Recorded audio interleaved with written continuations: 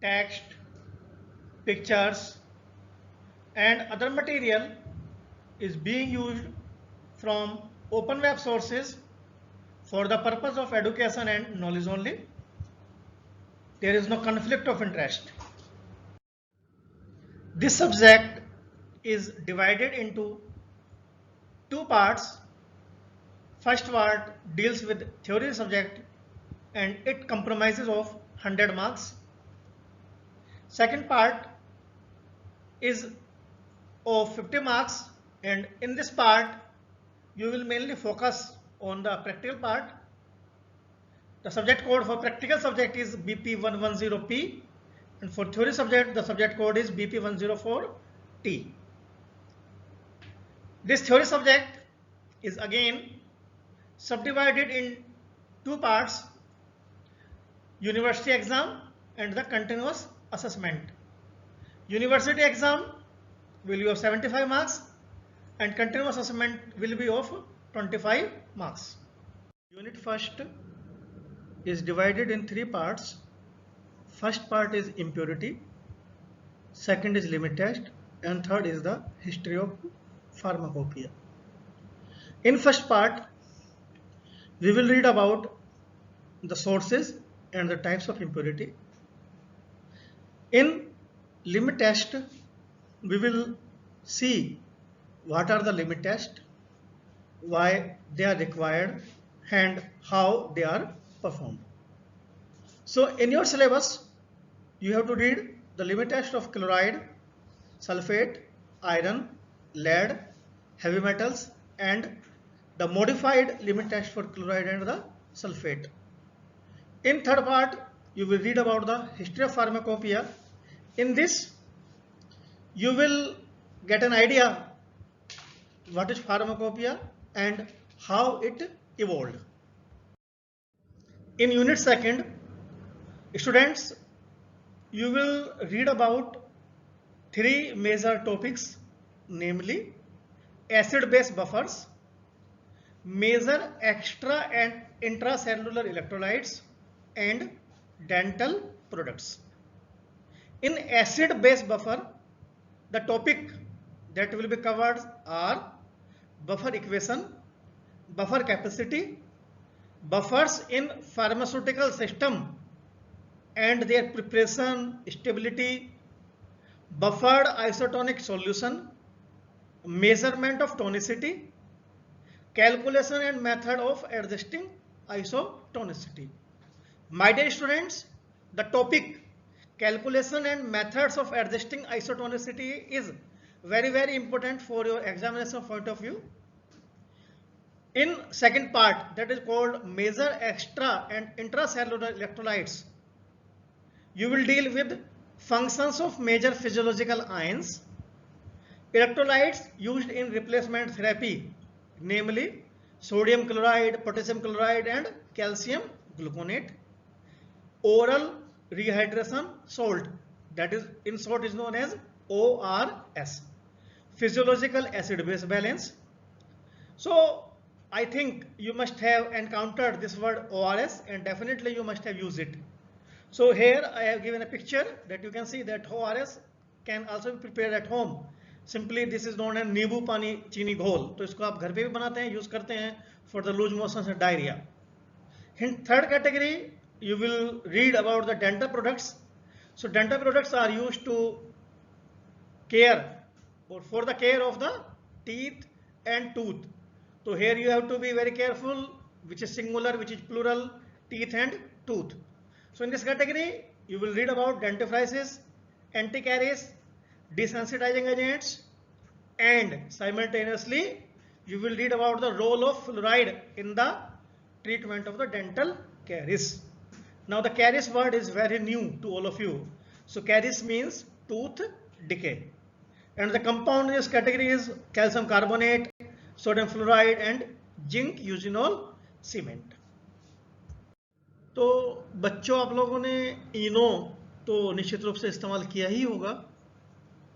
तो unit third के अंदर हम इन्हीं सब मेडिसिनल कंपाउंड्स को डिस्कस करेंगे जो कि acidifiers, antacids and cathartics.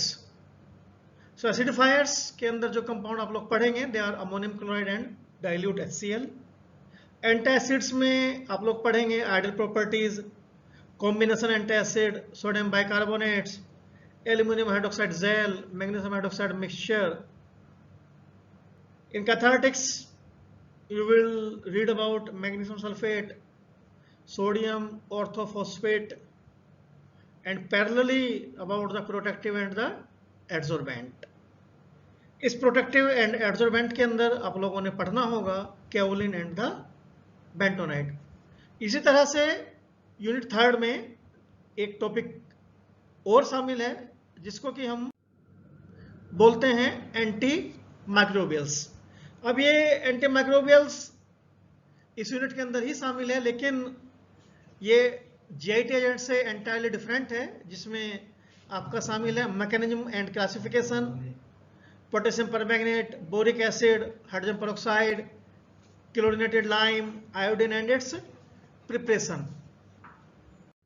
Unit 5 के अंदर शामिल हैं आपके 5 टॉपिक्स जिनको कि हम बोलते हैं expectorants, emetics, haematinics, poison and antidote and astringents.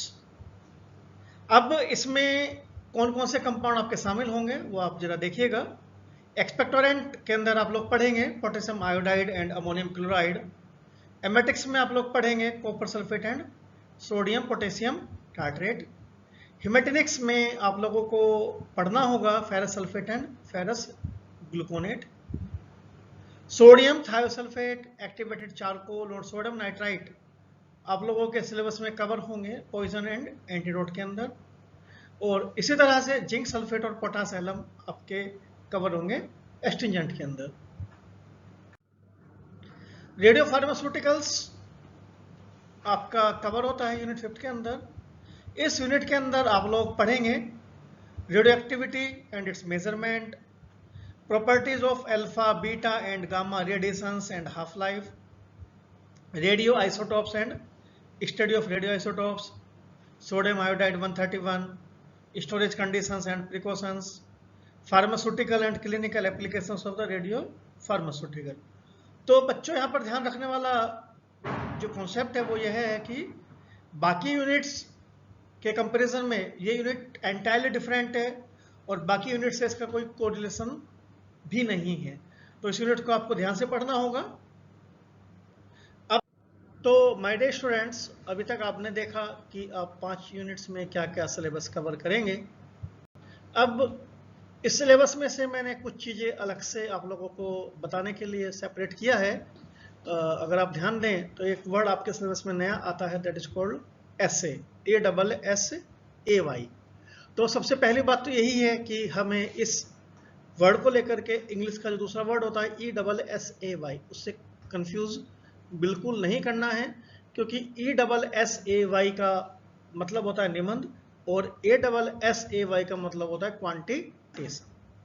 तो इस एसे के अंदर हम लोग जितने भी कंपाउंड हमारे सिलेबस में मेंशन किए गए हैं, आपके सिलेबस में जो कंपाउंड मेंशन किए गए हैं वो है 9। तो उन 9 कंपाउंड्स का हमने एसे पढ़ना है। अब एसे बेसिकली है क्या? एसे के अंदर we check the percentage purity, कि इस जो कंपाउंड या जो भी कोई टैबलेट हमने लिया है मार्केट से उसके अंदर उसका परसेंटेज प्योरिटी कितना है। तो एसे आपका बल्क पाउडर का भी होता है और एसे आपका फाइनल फॉर्मुलेशन जो आप लोगों के सामने बन के आ जाती हैं उनका भी होता है। तो ऐसे फिर से मैं रिपीट करना चाहूँगा। तो ऐसे में आप लोग पढ़ते हैं कि हाउ टू क्वांटिटेट और how to find out the percentage purity of the given compound. अब ऐसे परफॉर्म करने की अगर हम बात करें तो there are number of methods available, namely instrumental methods and titrimetric methods. तो अभी आप लोगों के लेवल पर फर्स्ट ईयर के अंदर आप लोगों ने जो मेथड डिस्कस करने हैं, जो मेथड आपने पढ़ने हैं, they are purely titrimetric based.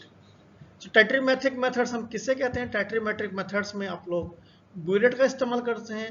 तो ब्यूरेट से कोई भी एक स्टैंडर्ड सॉल्यूशन को हम लोग कॉनिकल फ्लास्क में ट्रांसफर करते हैं एंड उसके अंदर जो भी हमने सैंपल लिया होता है उसको टाइट्रेट करते हैं और हमें एक एंड पॉइंट मिलता है और एंड पॉइंट से हम लोग पता लगाते हैं कि हमारा टाइट्रेशन कंप्लीट हो चुका है। तो जो रीडिंग हमारी ब्यूरेट की आती है उस रीडिंग को फॉर्मूला में पुट करते हुए हम लोग अपने कंपाउंड के अंदर प्योर कंपाउंड की परसेंटेज को क्वांटिटेट कर सकते हैं। तो आपके सिलेबस में जो कंपाउंड्स का ऐसे आपको पढ़ना है, जिन कंपाउंड्स का ऐसे आपने पढ़ना है वे हैं hydrogen peroxide, sodium chloride, calcium gluconate, ammonium chloride, chlorinated lime, sodium bicarbonate, copper sulphate, ferrous sulphate and sodium thiosulphate. तो इस प्रकार से आपको इन 9 कंपाउंड्स का ही पढ़ना होगा। और मैं इतना आपको एश्योर कर सकता हूं कि अगर आप इन 9 कंपाउंड्स का ऐसे तैयार कर लेंगे तो एटलीस्ट एग्जाम के अंदर आपके 5 to 10 मार्क्स के क्वेश्चन बड़ा इजीली हो जाएगा। अब जितने भी टर्म्स आपके सिलेबस में नए टर्म्स आएंगे तो धीरे धीरे आप इन टर्म्स से भी वाकिफ हो जाएंगे। तो अभी इस स्थिति में मैं आप लोगों के सामने सिर्फ इन टर्म्स का नाम लेना ही बेहतर समझूंगा, जिसको हम एक एक करके बाकी जैसे हम सिलेबस कवर करेंगे तो उसमें सबका डिस्कशन शामिल होगा। तो अभी जो टर्म्स आप लोगों के लिए नए हैं, जो फर्स्ट टाइम आप लोग पढ़ेंगे, मैं उनके आपके सामने बताने जा रहा हूं। वे हैं impurities, pharmacopoeia, limit test, modified limit test, assay, acid base, buffer, buffer equation, buffer capacity, buffered isotonic solutions, tonicity, measure extracellular electrolytes, measure intracellular electrolytes, anti-Caris, physiological ions, electrolytes, replacement therapy, ORS means oral rehydration salt, physiological acid base balance, dentifrices and desensitizing agents। इसके अलावा बाकी जो terms हैं आपके syllabus में वो भी मैं आपके सामने अभी जस्ट उनका नाम ही लूंगा। Gastrointestinal agents, acidifiers, antacids, combination antacids, cathartics, protective and adsorbent. तो यहाँ पर ध्यान दीजिएगा, प्रोटेक्टिव एंड प्रोटेक्टिव एड्सॉर्बेंट 2 बार लिखा है, तो definitely they must be different, they must be differ from each other. Antimicrobials, expectorants, emetics, haematinics, antidote, poison, astringent, radio pharmaceuticals, radio activity, half life and radio isotope. मैं अंत में आप लोगों को जितने भी कंपाउंड आपके सिलेबस में कवर हो रहे हैं उनको भी सिलसिलेवार आप लोगों के सामने रखना चाहूँगा, जिससे कि उनके नाम आपके माइंड में इम्प्रेस हो जाएं। तो उनका नाम ध्यान रखिएगा। तो ये 3 कंपाउंड है जिनका नाम है sodium chloride, potassium chloride and calcium gluconate. तो ये तीनों कंपाउंड इलेक्ट्रोलाइट रेप्लेनिशर की तरह ही इस्तेमाल होते हैं।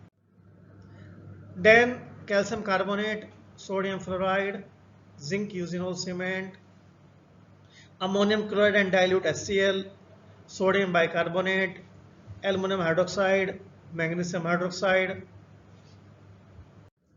And magnesium sulphate, sodium orthophosphate, kaolin, bentonite, potassium permanganate, boric acid, hydrogen peroxide, chlorinated lime, iodine and its repression, potassium iodide, ammonium chloride, copper sulfate, sodium potassium tartrate, ferrous sulfate, ferrous gluconate, sodium thiosulfate, activated charcoal, sodium nitrite, zinc sulfate, potash alum and sodium iodide। तो अभी आप लोगों को लग रहा होगा कि sir सारे कंपाउंड का नाम बता दे रहे हैं, ये तो कुछ भी नहीं है, ये तो हमें वैसे ही आते हैं सब, इनका ये तो बड़े सिंपल हैं। लेकिन मेरे प्यारे बच्चों, आप लोग ध्यान रखिएगा, जब यही चीज़ें एग्जाम में आती हैं तो गलतियां भी वहीं पर होती हैं। बहुत सारे बच्चे सोडियम क्लोराइड का फार्मूला NaCl की जगह पर NaCl2 ही लिख के आ जाते हैं। तो इस तरह के मिस्टेक्स होना बड़ा कॉमन है। तो इसीलिए मैंने आप लोगों के सामने इन सबका नाम बताया है, ताकि आप उनको समझ सकें, याद कर सकें और एग्जाम्स में उस तरह की मिस्टेक्स ना करें। तो इस तरह से मैंने पूरा सिलेबस आप लोगों के सामने ब्रीफ कर दिया है। अब आप लोगों ने ध्यान यही देना है कि आपने कैसे पढ़ाई करना है और इसमें आपकी कोई लापरवाही नहीं होनी चाहिए। तो अब मेरा जो नेक्स्ट वीडियो आप लोगों के सामने आएगा, जो आप लोगों को पढ़ना है, that is introduction to the limit test. Thank you बच्चों। तो अब आप उम्मीद है करता हूं कि आप लोग अपने पढ़ाई पर विशेष रूप से ध्यान देंगे। Thank you very much.